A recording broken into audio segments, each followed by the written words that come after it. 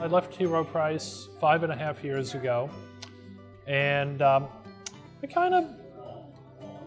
knew that I wanted to do something to give back. I was at the age and kind of in a position where that was important to me.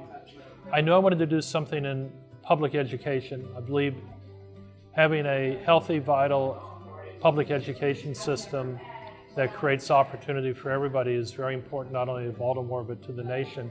But I didn't know how I was going to go about it. And I kind of started thinking maybe I do public policy, but then I ran into Susan McSalmon, who had started a company out of Johns Hopkins called Curiosityville, and I went, wow, maybe I can do this by participating in a great idea that's getting self-actualized in a startup. And I became involved with helping the company financially, and then really as a very active advisor. And that was my first introduction into what it was like to be really hands-on with a early stage company that was in education. And when I understood the power of Curiosityville to improve the mindset and ability of a young child to become a successful learner, I went, what if 10 million people could have that opportunity? And that began to inform me on the leverage effect of a good startup to have social impact. So I began to look for more companies. And I looked nationally, but to my surprise, I found I didn't have to look beyond the zip codes in Baltimore. Good startups solve a tangible problem for their marketplace. So I kind of became an angel out of caring about improving education, and I found the mechanism that worked for me was find an entrepreneur that can solve a problem and scale the solution. And I realized there's a lot of champions like me in Baltimore that will support an early stage education company.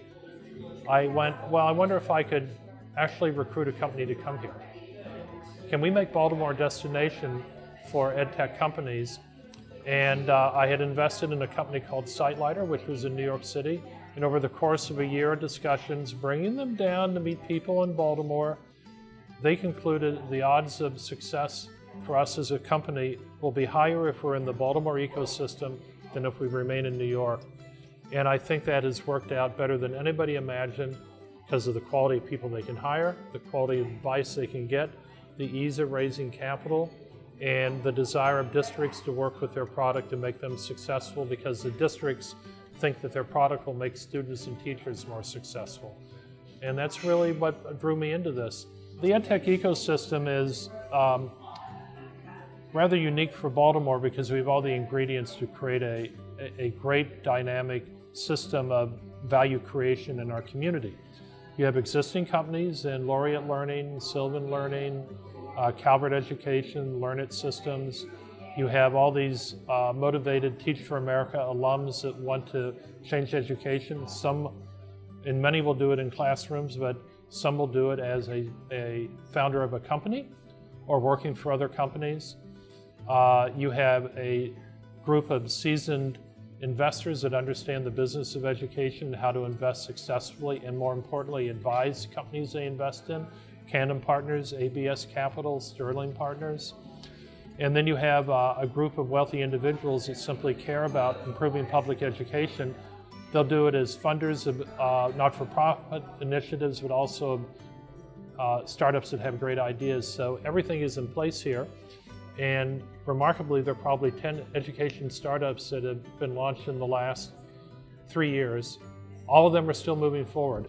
But of the 31 investments that I've made, 19 were either companies that were founded in Baltimore or have relocated here.